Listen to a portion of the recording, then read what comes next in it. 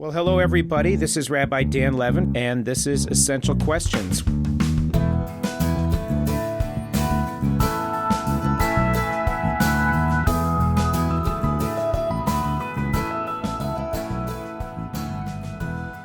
Literacy is one of the most prized virtues in Jewish life. When a child reaches the age of 3, the tradition was you brought the child to the Beit Midrash, the house of study, sometimes called a cheder, the learning room. They would put a dollop of honey on the slate so that learning would always be sweet. The obligation to educate our children lies at the deepest core of our tradition. Twice a day we recite the words of the Shema. You shall love Adonai your God with all your heart, with all your soul, with all your being. And these words which I command you today shall be on your heart. You shall teach them diligently to your children. In the Pirkei Avot, Rabbi Judah ben Tema taught, at 5 years of age, the study of Torah and Scripture begins. At 10 begins the study of Mishnah. At 13, one is subject to the commandments. At 15, one embraces the study of Talmud. Throughout the ages, while it was incumbent on parents to ensure their children were steeped in Jewish text and tradition, there were always also pressures to grasp subjects and fields from the broader world of learning. In the Golden Age of Spain, in the 11th century, in addition to erudition in Jewish law and lore, young people learned philosophy, mathematics, medicine, and eloquence in Arabic, writing poetry and great works of philosophy. Maimonides was famous in the 12th century, not simply for his proficiency in Jewish law, but also his mastery of Aristotle, and worked as a physician and advisor to the vizier of Egypt. In the advent of the modern period, Israel Jacobson established a school in Gießen in Germany where 40 Jewish children and 20 Christian children would learn together. Jacobson's founding project was to provide Jewish children not only with a general education, science, mathematics, language, and an education in morality in order to also meet the bourgeois moral code. And then as well, there was vocational training, especially in agriculture. Students at that school went to 15 different classes a day. In the United States, new Jewish German immigrants in the mid-19th century, dissatisfied with the content and quality of Jewish studies at private schools, began to establish synagogue congregational day schools that combined secular and religious education. New York City's first Ashkenazic synagogue, B'nai Jeshurun, became the first to organize a day school in 1842. As Jews became more integrated into general public education, synagogues began developing programs to make up for the lack of Jewish education in the regular school day. Thus was born the Sunday school, or the supplemental school. Rebecca Gratz established the first Sunday school in Philadelphia, and other synagogues began full-day Sabbath and afternoon programs. Students would attend on Shabbat and Sundays, as well as most afternoons after school, to learn the Hebrew and Judaic subjects they missed. As time went on, Orthodox students would study in yeshivot, or day schools, where the first part of the day would be for Jewish study, and the second part of the day would be for mandated secular subjects. But those outside of Orthodoxy faced a paradox, wanting to take advantage of all the opportunities in the larger secular culture while also insisting that their children had a strong Jewish education. These pressures continue for today and have steadily eroded the number of hours parents are willing to have their children devote to Jewish learning. From what was once more than 20 hours of supplemental Jewish education, religious school programs offer 3 to 4 hours a week. But education doesn't just take place in the classroom. Jewish summer camps offer immersive and intensive Jewish educational experiences. Youth groups such as NIFTY, the North American Federation of Temple Youth, United Synagogue Youth, and BBYO, the B'nai B'rith Youth Organization, also offer informal Jewish education. But what will be the future of Jewish education? And to reflect on all the questions surrounding how Jewish education will evolve, we have today Heather Erez, Temple Bethel's Director of Youth and Family Education and Engagement. Heather grew up in rural Salinas, California, attending public schools and her local Reform synagogue. And at the age of 10, she went to UAHC Camp Swig, where she encountered for the first time female rabbis, full-time educators, and cantors. Her involvement in Jewish life grew. She became the president of CAFTI, the North American Federation of Temple Youth's region covering Northern California, Utah, Nevada, and Hawaii. After a college academic year in Israel, where she studied at the Jerusalem campus of Hebrew Union College, she lived in kibbutz as well, returned to earn her degree at California State University in Chico. And then after graduation, Heather made Aliyah, returning to Israel to live and teach on kibbutz Sorah. Following her passion for Jewish education, went on to earn a master's degree in religious education from the Hebrew Union College, with a concentration in Israel education from the I Center, while she worked as the associate director at San Francisco Hillel. In 2013, she transitioned to work in synagogue supplemental education as director of youth and family education at Congregation Emmanuel in San Francisco, and now serves as the director of youth and family education and engagement at Temple Bethel in Boca Raton. For 9 years, she served on the board of the Association of Reformed Jewish Educators, focusing on membership retention and engagement, coaching other education directors across the country in Hebrew and Israel studies. She edited Israel, It's Complicated, the textbook used in religious schools around the world, and more recently helped to roll out the Israel educational outcomes of the Reform movement following the October 7th tragedy. Heather, thanks so much for being with us today. Thank you for having me. All right, so tell me a little bit about your upbringing. You grew up in a rural congregation and then made your way to camp. What happened when you were 10 years old at Camp Swig that captured your heart for Judaism? Well, my parents couldn't afford to send me to summer camp. So Camp Swig had a program where on the weekends they would invite a grade up for like a taste of camp. And I went up there, and the woman running the program, her name was Barbie. And in my 10-year-old brain, I thought it was Rabbi Barbie. And to this day, even though I know her well and not as Barbie, she had a huge influence on me. I thought she looked cool, she was having fun, and all these kids were loving everything she was doing. And I came home from camp and I told my parents, I'm going to be a rabbi, because Rabbi Barbie looked amazing. And then my mom and dad sat me down and they're like, well, we have a bit of a challenge. We're not actually Jewish, was kind of the way I understood it. What does that mean? Why would they have said that? Because my mom did not officially convert, and they knew that in some areas, in many areas, I would not be accepted as a Jewish person. So going to rabbinical school would not have been within the realm of possibility at the time. So how did you overcome that? My mom decided, well, I guess it's time to get serious. So she decided to convert at a conservative synagogue in San Francisco, which is about 2 hours north of where we lived. And once a month, the whole family went up to San Francisco for the weekend to spend Shabbat. She would go more often during the month for classes. And after a year, because they said that the family was always raised Jewish, after a year, we were able to have our Beit Din and our mikveh. So my mom and my sister and I each had our mikveh and our formal conversion. My dad. So how old were you when you finalized that conversion process? At that point, I guess I was about 11 and a half. So that had to have been a pretty formative kind of an experience to go into a mikveh and to watch your family take Judaism so seriously and deliberately. I thought it was cool that my mom had to go to Sunday school also, because in my mind, that's kind of what she had to do. So I did it Sundays in Salinas, but she went up to San Francisco to do it. I liked going to the city because it felt like a vacation every month. The mikveh was actually a little terrifying to be that age, which for every preteen is a tough age with your body, to have to be naked in front of somebody that searched my body for any impurities. I also had really bad chickenpox as a kid. So at the time, I remember I had scars on my legs. And she didn't want me to use the mikveh. So then they had to call in my mom, and my mom had to explain. I was alone in the room with this woman. And she went out and said I couldn't use their mikveh. And my mom had to talk to her. Terrifying. It was horrible. What's interesting about it, though, is when I got married, all I wanted to do was have another mikveh. Like, I kind of wanted to erase it and start fresh. So it's interesting that I did it again.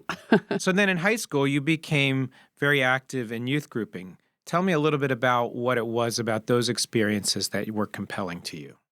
Camp Swig was fun. For my bat mitzvah, the only gift I asked for was to go for a summer session and not just the weekend sessions.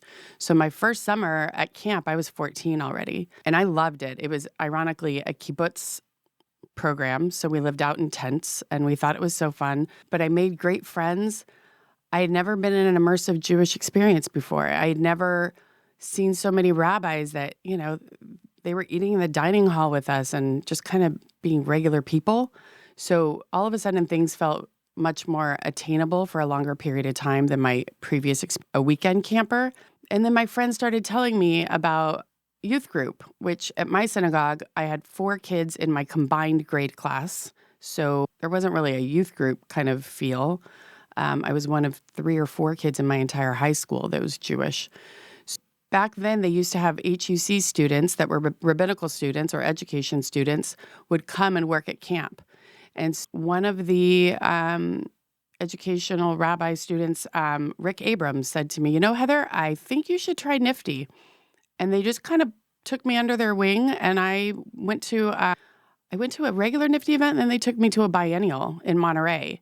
And then to see all of these adults and that Judaism was important to all of these people, it just kind of like opened up a whole new world. So then I just started leaning in. So I find it really interesting that you sort of bounced from these experiences where you, as you said, were maybe one of a few Jews in your high school or growing up in Salinas, which isn't such a strong Jewish community.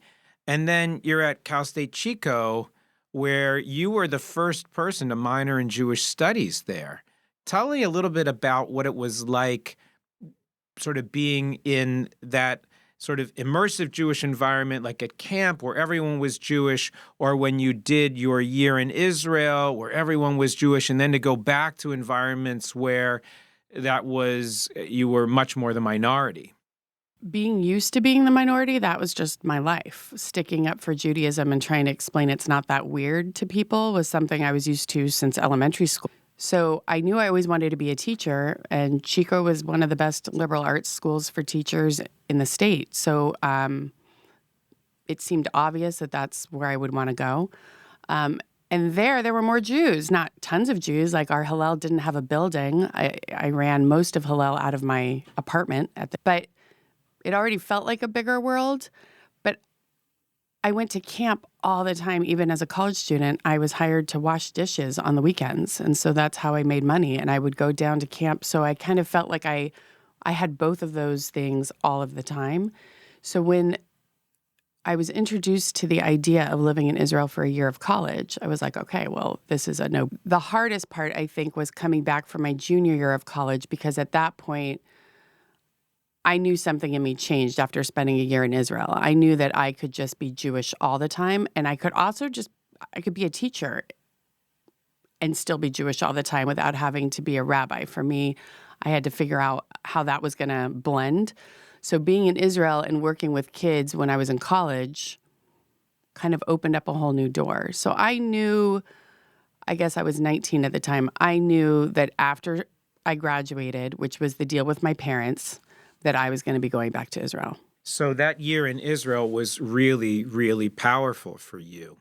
What was it about the state of Israel that drew you in? For a lot of people who grow up in America and they go on a year abroad program, Israel's hard. Israelis are not always the most friendly people, especially to Americans that are drifting in and out of their schools and their lives.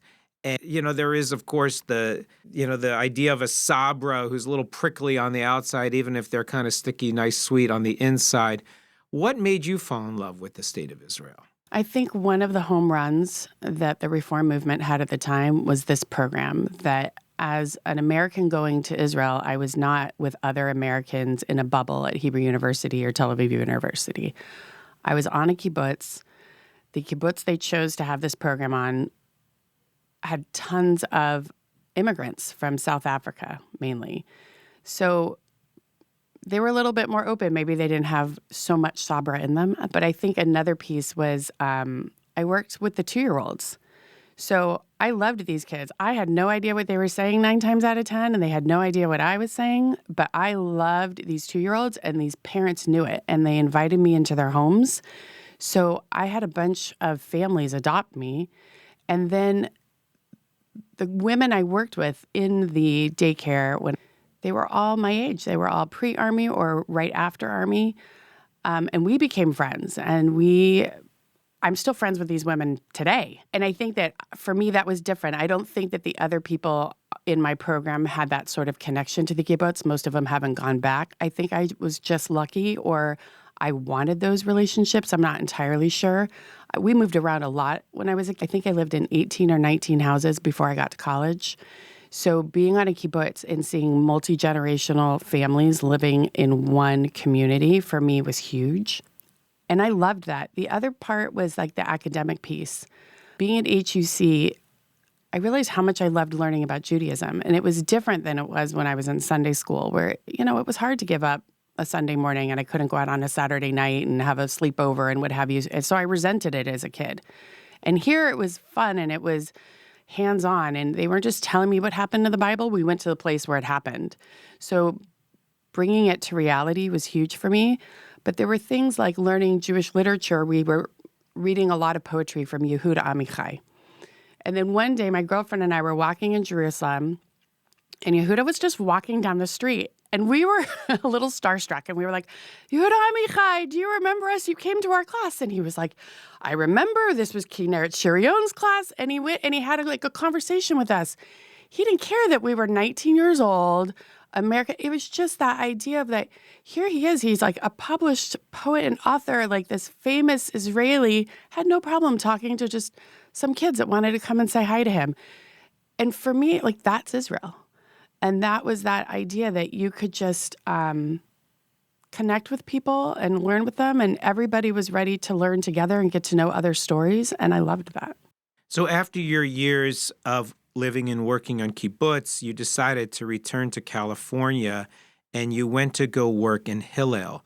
So when you were working in Hillel, what did you notice about what inspired Jewish students to want to engage?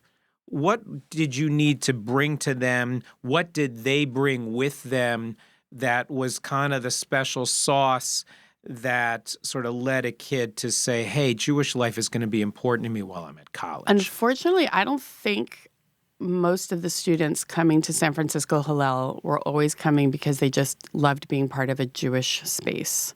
So what brought them there? I think a lot of them came because they felt othered, or they saw a lot of anti-Zionism and anti-Semitic situations on campus.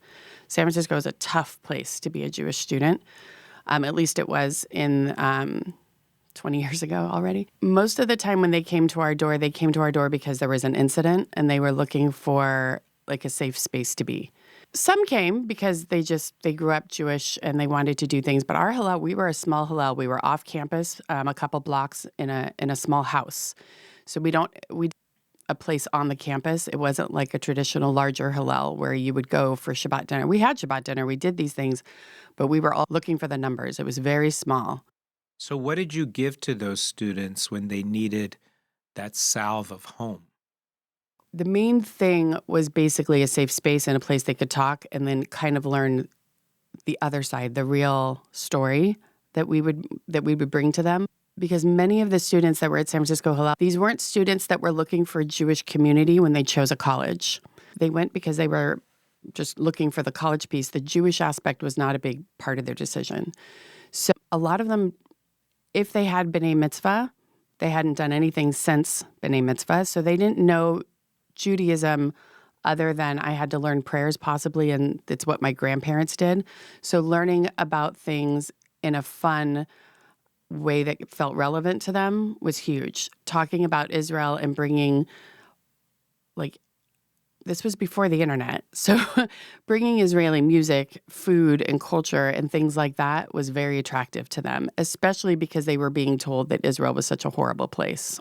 We leaned a lot into Shabbat was our big thing, and we brought in different musicians. It wasn't just having a minyan and going through the prayers from beginning to end, but it was, we're going to have dinners, even in this cramped living room of a Hillel house, and we were going to bring in musicians to come and just have fun singing Shabbats, and we just kind of tried to change that culture to make it a place that it didn't feel so foreign to them, or they didn't have to feel embarrassed or bad that they didn't even learn or remember prayers to be able to feel like they belonged. I think the worst thing is for someone who says, I'm Jewish and I'm going to a Jewish place because I want to feel at home, and they walk in and everything feels foreign to them. And all of a sudden, a part of their didn't feel like it was really them, that they didn't belong.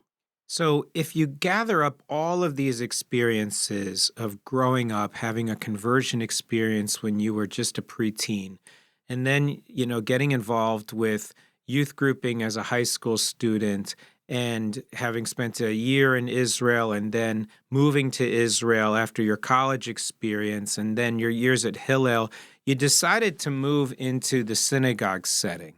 So what were the things that you brought with you that formed your philosophy of what makes for successful Jewish education? Why was it that the synagogue became that space where you wanted to devote those energies and those experiences? I think that my synagogue and my rabbi and my educator in Salinas did the best they could do with what they had. But it was still hard for me to lean in and really love being in religious school then. But I saw that it could be a lot of fun to be Jewish from camp and youth group. And in Israel, it could be all around you, and it could be very simple things. And when I came to Hillel and realized, wow, I hope I'm making an impact in their 20s, but how could I do that younger? How could we flip the switch so when parents bring their kids to religious school, they don't say, I know you don't like it, but I had to do it, and it's a rite of passage, so now you have to do it. How do we turn it around and make religious school fun so that kids want to lean in starting in the early ages and never leaning out earlier? So I thought maybe that was a way to go about it. So, one of the things that's hard about synagogue education, as I was sharing a bit in the introduction, is that you get so few hours with students and generally at the worst possible time that you could ask a student to learn anything. It's either after they've had a full school day and now you're adding on a couple of hours of schooling after their minds are pretty well exhausted and they'd rather be outside running around or relaxing. Or it's Sunday mornings when they'd probably like to sleep in and bum around the house in their pajamas or go to a game or play. When you're in this very, very challenged setting where there's this huge 8-ball that you're sitting behind, I want to talk a little bit about this project of religious school. So the first thing is, how do you make the most of those few hours that we get students? So at Temple Bethel, for example, and it would be great if they came every single week, but we don't always see them every week. But let's say most weeks. How do you decide what you're going to do for those 3 hours when there's so much that you want to give them? Well, first, I think one thing is we don't underestimate the importance of snack. Honestly, they're tired and they're hungry. Like you said, our midweek kids, we're ready to feed them 2 times, and then they end with dinner as a social. So that's 2 snacks and dinner. Like if they need it, that's what we do. I have a bit of a philosophy that I talk about with the teachers. We have benchmarks. We have everything. We sit tirelessly over every benchmark that we have for every grade. We have a spiral curriculum from our pre-K class up through 12th grade, that these are the things that we want our kids to know. And we know we can't do all of it, but we try. But one of the things that we kind of pull out and we don't worry about as much as what I remember having to learn is if you can ask Siri when something happened, then let Siri do that teaching. And why don't we concentrate more on the feeling of belonging and wanting to learn more about our community and wanting to learn about Judaism in a way that we can derive values. Can you give me an example of how that works in the life of a 3rd grader? Yeah, I mean, I started working on the Jewish timeline, and the books that we were given and that we used when I was in religious school are ones that we still find from our Jewish publishers today. They're trying to update them. The history doesn't change, though, so the books mainly stay the same. And I think in many places, they would read the textbook and they would read the paragraphs about what was happening in whatever time period, and they'd answer questions at the end and they'd move on. Our students, I don't think, need to be regurgitating every fact or which rabbi did this or which temple was destroyed in 70 BC. I think we can forego that piece and more talk about what did we learn from it, and we do more projects or more interactive learning with the kids. So I think that idea of just getting through the textbooks to check off the box to say that we made sure we said these facts at least once to the kids, then we're good, doesn't work for our students anymore. They're not enjoying it, and the parents don't want them to come if they're not enjoying it. So it sounds like there's sort of a tricky balance between content and experience.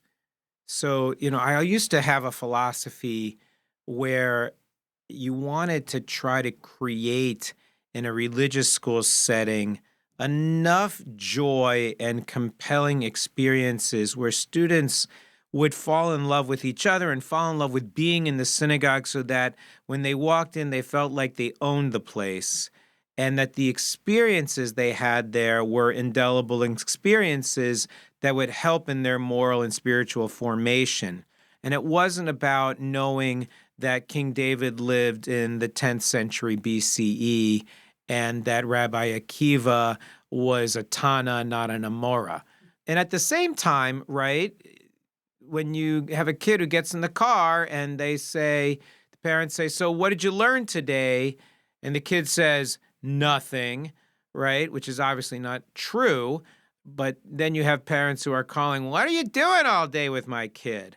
So how do you balance sort of content appreciation versus literacy versus experiences that leave their own indelible impact? Well, I think first here we're super lucky that we have the resources. We have two amazing assistant directors. We read every lesson plan. So we get to look at the full 3 hours and we compare it to the full month and the full year for that grade. And we find the balance and we work with them and we'll push back if it looks like, well, this might be, this art project might look like fun and it might look a lot. It will take the time. It's good, busy work. It'll keep them happy. But where's the content? And we'll push back and make sure, well, maybe we can add this to the art project to make sure that you're actually working on the content. So first, I think that being able to read every lesson plan for every week, and I think that's something like, I was looking at how many teachers we had, that's something like 35 lesson plans a week that our assistant directors read and give feedback on, help us to make sure that we have that balance. It's not easy, and it's different every year because also the classroom makeup changes, a teacher changes, what's going on in the world changes. But also we tried to say, we heard parents when they called and said, "My kids said they learned nothing." We heard it from our own children. "What'd you do today?" "Nothing." So when we work on the lesson plans, the assistant directors also help the teachers come up with 3 points. It's called car talks. And they put the car talk out to the parents before every religious school day. So the parents, they don't say, "What do you learn? What did you learn today?" They actually have 3 pointed questions that they can ask their children that will literally reflect back to what they did that day. So the kids can give an answer and it doesn't feel like that answer needs to be so huge or they have to grasp for how to explain it. So we actually give the parents tools on how to ask those questions to engage the kids in conversation, because the hope is they will talk about things at home and that will just reinforce what happens with us. But it's hard. There's no way that you can fit, like you said, when people were working on 20 hours of Jewish education a week into what we're doing. So there's a lot of prioritizing and cutting and pasting. So how do you prioritize? What's your philosophy on what you will and ensure that you include, and what are the things where you say, well, if we don't get to that, that's okay? How do you make that determination? I don't think it's an easy science. I think if we learned anything 5 years ago, we learned that we had to pivot. Like, we thought we had everything under control. We had teachers that said, "Okay, here's my lesson plan for the year. I'm using the same lesson plan and curriculum for next year. I'm just going to regurgitate it." And if COVID taught us anything, it was you can't do that.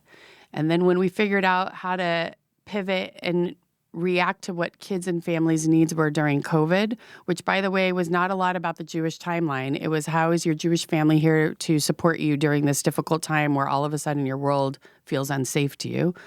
We thought we figured that out, and then October 7th happened. And then we said, wow, let's take another look at what we have for Israel education and where do we have to tweak this or tweak that. And so we're always changing. We had brand new benchmarks in 2021 because that was something we worked on during COVID. And this last summer, we revamped all of our benchmarks again. So everything changes. So it's not an easy answer. It used to be when I first started working in the schools, it was like, well, here are the 3 textbooks that are developmentally appropriate for third graders. Choose one of the textbooks, and that was basically what your curriculum was. But now we're going backwards. And so our teachers were saying, well, here's what we want you to do, and here's your roadmap for the year. And here are 4 textbooks or lesson plans you can use for that one Sunday. So decide which one best suits you as a teacher and the kids in your class and figure out how you want to manage that. And we change things all the time. So it's interesting because obviously something had to give when we decided we want to infuse a little bit more Israel earlier. Or now we have this wonderful music director and so educator. And so we're trying to figure out, okay, now do we start putting music in every classroom and do a music, like grade level music as opposed to just in tefillah? Well, if I put in 15 minutes of music for every classroom, what content's coming out? So it's always a balancing game. And it's always seeming to need customization and responsiveness to what's in the larger world in which our students are living and growing. I think about the difficult decisions that we made with regard to Hebrew language instruction. So for many, many years, certainly the system that I grew up in, you spent hours and hours a week devoted to Hebrew phonetics. Yes, we learned maybe a few vocabulary words, but it was, can you recite that prayer with fluency? And I remember when I was a kid growing up, also in a Reformed congregation religious school, we went on Sundays for 2 hours, when we went midweek for 2 hours. The midweek, that whole 2 hours was Hebrew language, but not language, just phonetics. And we had prayer cards, and you had to be able to recite these prayers with fluency. We didn't talk much about what those prayers meant. It was just, can you get them out of your mouth in a way that sounds like you have some fluency? And at our congregation, we made a decision that we were going to not put nearly as much time towards Hebrew phonetics and to look at Hebrew in a very different, more organic way so that we would have more hours to devote to history or to text or to the holidays or to the life cycle or to the other elements of Jewish tradition. Can you talk a little bit about the way that you reimagined Hebrew instruction and what a student today experiences in terms of their acquisition of Hebrew? Sure. When I came 9 years ago, the sacred cow that I was told not to change and that we loved so much was the B'nai Mitzvah. So I knew that that was something that we did really well. We hit it out of the park. But we had a strategic plan with education parents. And out of that plan, it was decided that parents really don't want to come to religious school twice a week. They wanted a 1-day-a-week program.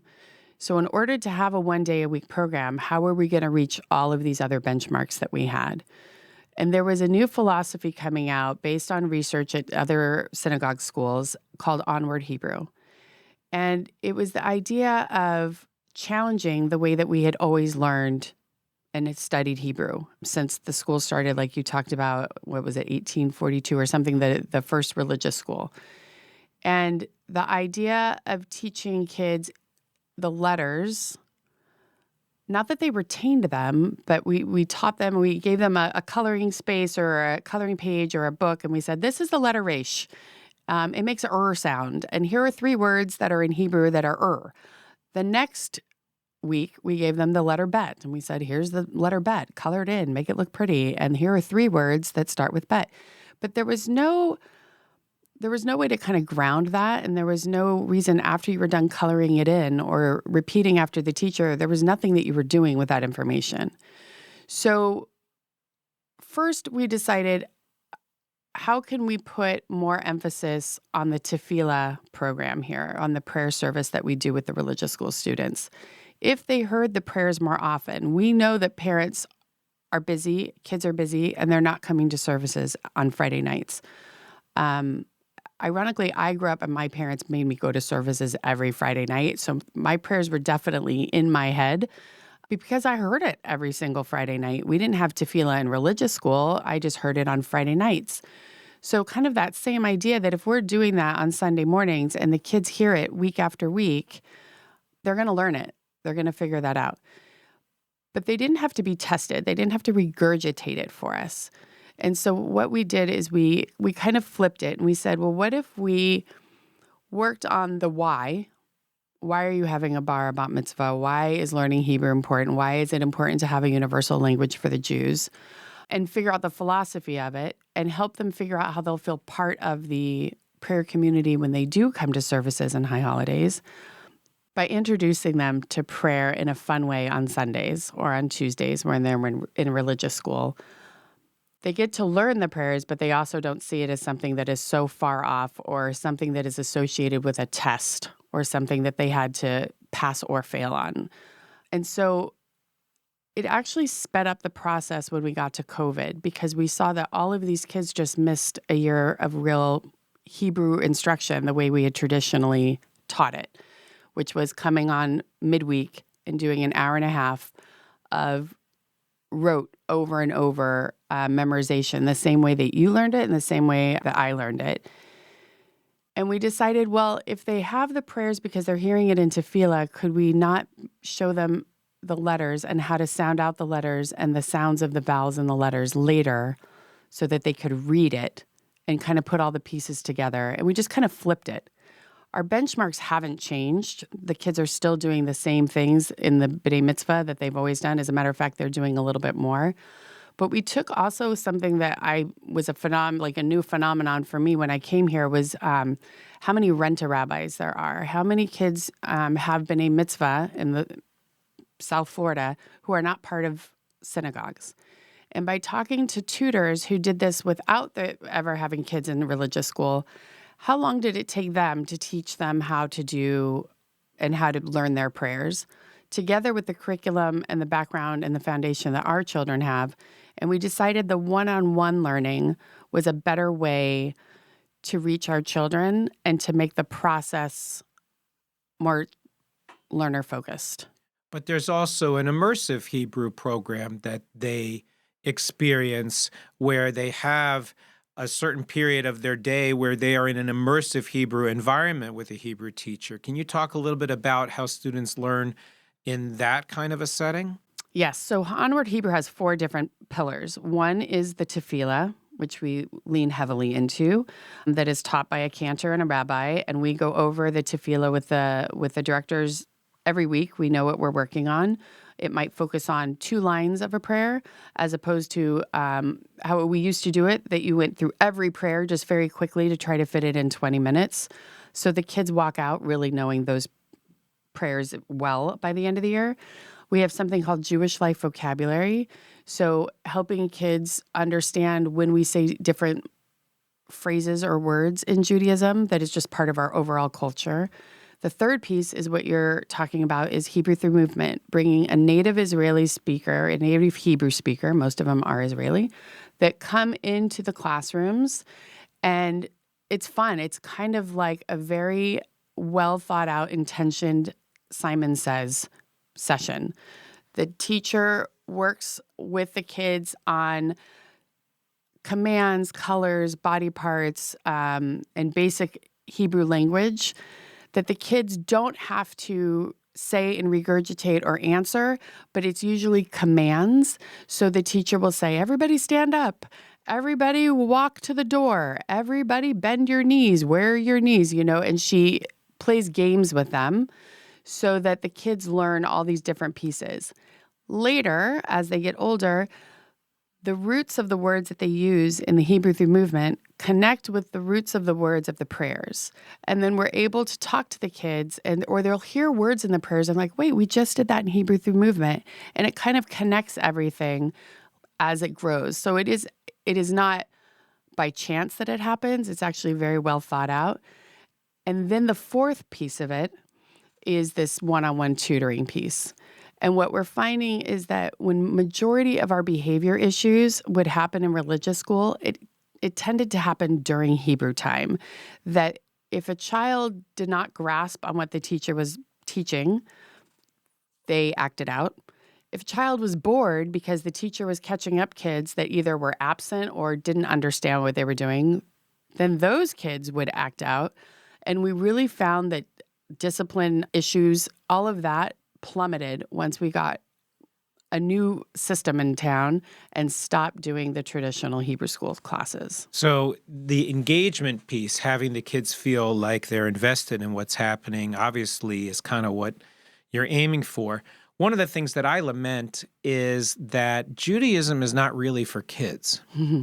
It's an incredibly sophisticated and complex, abstract system of framing moral questions and thinking about life's meaning and purpose and understanding your place in the cosmos that it's really hard to try to express to a fifth grader. And one of the things that is hard is that in the years where students are much more capable of grasping the core Jewish concepts, to think about theology and moral decision-making and understanding meaning and purpose, we lose them to other elements in our secular world, whether it's sports or other kinds of ways in which someone might choose to spend their time. What are the ways in which we can better build a bridge between that lower school experience and that middle and high school experience? And why is it so important that after a kid celebrates bar bat mitzvah at the age of 13, that become the beginning of their Jewish education as opposed to the final session of their Jewish education? Well, we've done really well in bending the arc as far as our retention post B'nai Mitzvah. I actually think I think the Hebrew program leans into this a lot. I think that process of learning with the tutor and really answering the child and the family's needs during the process, if we can continue to make the B'nai Mitzvah training process a positive one, then that helps. If they felt like this was horrible, I mean, kids don't like practicing, but other than that, if they felt this was a horrible experience being in Hebrew school, we know they're off. We know that they're done the day after their bar bat mitzvah. But what's surprising us is how many kids in the end are actually enjoying the process and then later are contemplating, oh, maybe I'll continue. So one of the things we've tried to do is offer different tracks. So for an eighth grader to continue after bar and bat mitzvah, most students are having their ceremonies in seventh grade. As an eighth grader, we now have 3 different options. And one of them is on Sunday mornings that they can work as TAs in the classroom. And we had 6 the first year we did that, and then we had about a dozen. I think this year we had close to 20 eighth graders that are now in the classrooms helping kids, and that is their first job. And so they can get volunteer hours, they can be paid once they get into high school. And I think that is one nice piece that we try to offer. But the other thing is Tuesday nights don't work for everyone, and that's the time slotted we have for our traditional eighth grade classroom experience. So we tried to lean into family learning and have a lower bar as far as attendance, that it's more of a monthly program that students come with their parents. So it's 8th grade through 12th grade. And the idea was, the conversations you have around a dinner table and what can we do around a dinner table? So of course, like I said, snack and food is huge. So we start with dinner, and it's once a month with a rabbi, and we have a theme, and together we all kind of figure out how to have these deeper conversations And I think that the families that participate in that are sometimes blown away by the things that their kids say. It's not very often, as a parent of teens, that we sit and have deeper conversations because it's about logistics and getting your homework done and studying for the SATs. So to carve out time to have these conversations, I think has been really beneficial. Not only that, but the parents are learning. So I think that in our Biachad teen program, it kind of helps everybody reconnect and remember that even though you're the adult in the family, there's also still learning for you to do. And so I think trying to come up with more ways to reach our students is the best way to do it. One of the things that I always try to express to parents is that if you want anything to be done well, it requires deliberate intention. So with our kids, we're often very deliberate about their physical health and making sure they learn to grow their bodies. And if they discover a passion, whether it's a sport or dance or something kinesthetic, we'll get them lessons. If they have a deficiency, we'll get them help.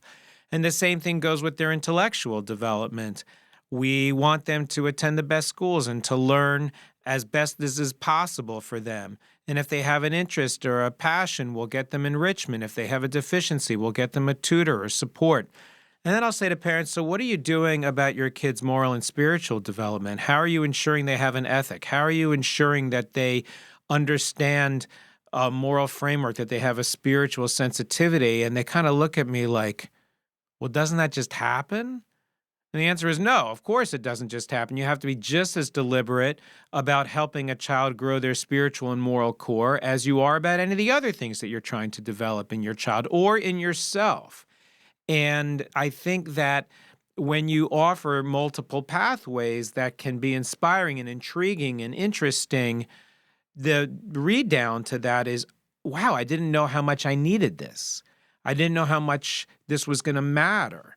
And I have kids that come back when they're a little bit older because they're wrestling with these questions. I recently got an email from a student I had 20 years ago who's now an officer in the Army who called and said, I've got a moral dilemma, Rabbi, I'm wrestling with. Do you have a few minutes to talk? And the fact that he said, this is something I want to talk about with my rabbi 20 years after I had the privilege of celebrating his bar mitzvah tells you that this Jewish educational journey is something that you have to pursue, not just until the child reaches puberty, but much more after that child begins their adolescent development and all the way into their adulthood. And thankfully, there are amazing opportunities, whether it's summer camp or the programs we have at our synagogue or youth grouping activities, especially in high school, opportunities to take Jewish studies classes in college or to have immersive Israel experiences in teenage or young adult years can be really, really amazing, formative experiences. As we get ready to conclude, Heather, where is Jewish education going? What does the future look like? I feel like that's the question of the ages. And I think that if we've learned anything, we've learned that we just have to keep pivoting and changing to meet the needs of our students. I know there are obviously the basics that we want our kids to know, but I don't think that's an easy answer. I think that's why every educators conference is about what's the future, because no one has the answer. If we had that secret sauce, we would be great. But I really think I would love for our kids to know lots of great things that inspire them to learn more about Judaism. But more than anything, I think you kind of hit the nail on the head now, is I want them to know that we're a place that they can come back to get whatever sort of help or counsel, or not even that, to come back and celebrate and just love being part of the community, and to know that the Jewish community is always there for them in good and bad, and that there is always more to learn when they're ready to lean in, but also not to feel ashamed. Like how many parents call me and say, I'm a bad Jew. I didn't put my kid into religious school. You're not a bad Jew. And I'd love to erase that. And I think at this congregation, we do a great job at just kind of accepting people where they are in their journey and making sure that they're feeling that learning can start at any time. And the fact that there's something like 35 or 40 people in the adult B'nai Mitzvah class this year, I think speaks volumes. So where's the future of Jewish education? We are where you need us to be. I think what's new is technology allows any person to access any piece of information they want at any time.